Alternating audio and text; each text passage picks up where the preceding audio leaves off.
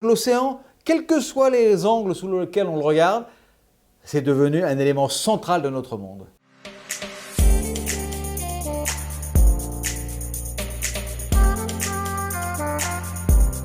J'ai été un marin pendant 41 ans. C'est un métier que j'ai adoré, c'est un métier que je recommande à tout le monde.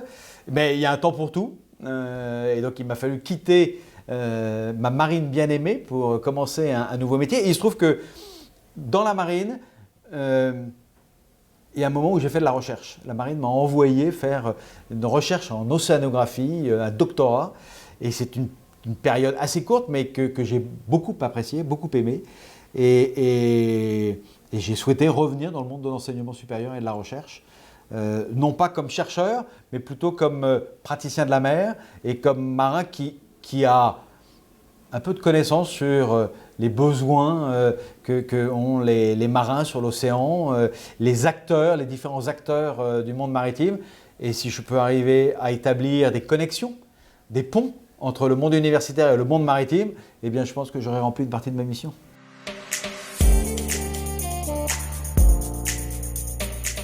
Sorbonne Université, c'est une très grosse université.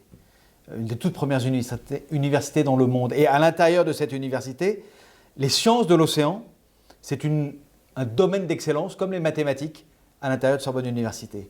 C'est 1500 enseignants-chercheurs, 30 laboratoires, de gens qui travaillent dans des disciplines extrêmement variées sur l'océan.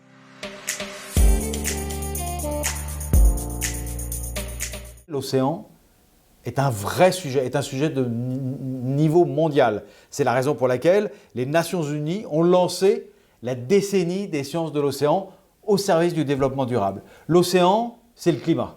L'océan, c'est la pêche, donc c'est la nourriture.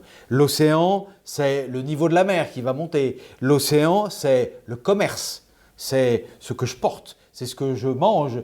L'océan, c'est les données qui traversent les câbles sous-marins. Et l'océan, c'est également la stratégie de puissance des États.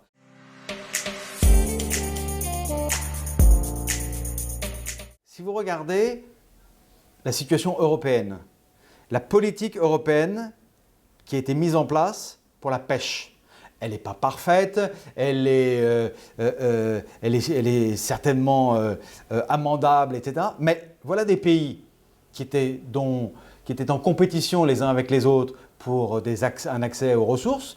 Voilà des pays qui se sont entendus à la fois sur les zones de pêche, à la fois sur les quotas et donc également sur la préservation des stocks.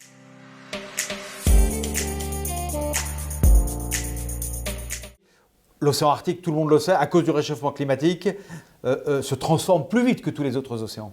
Et la possibilité que dans quelques années, des voies maritimes traversent l'océan Arctique, aujourd'hui, elle est avérée. Et donc se pose la question de est-ce que ça va changer les trafics maritimes? Quelles sont les conditions juridiques? Quelles sont les conditions physiques, naturelles? Quelles sont les conditions commerciales de ce nouveau trafic qui est passé par l'Arctique? Donc c'est un sujet d'intérêt à la fois climatologique, à la fois physique, à la fois commercial, à la fois stratégique.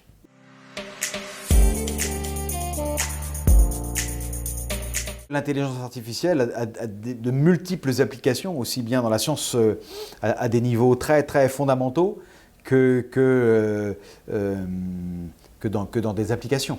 Et donc l'Institut de l'Océan, il y a des relations régulières entre l'Institut de l'Océan, l'Institut de l'intelligence artificielle de Sorbonne, qui s'appelle SKY, l'Institut du calcul et des données, parce que les sciences de l'océan sont productrices. Et le monde maritime est producteur de grandes quantités de données, d'images qui sont difficiles à interpréter, aussi bien des images de satellites que de mécanismes biologiques. Et donc là, il y a un outil qui est extrêmement prometteur dans toute une gamme d'applications, comme je vous le disais, presque d'un niveau de sciences fondamentales jusqu'à des applications très pratiques, par exemple, pour la protection de la pêche, la protection de nos zones économiques exclusives.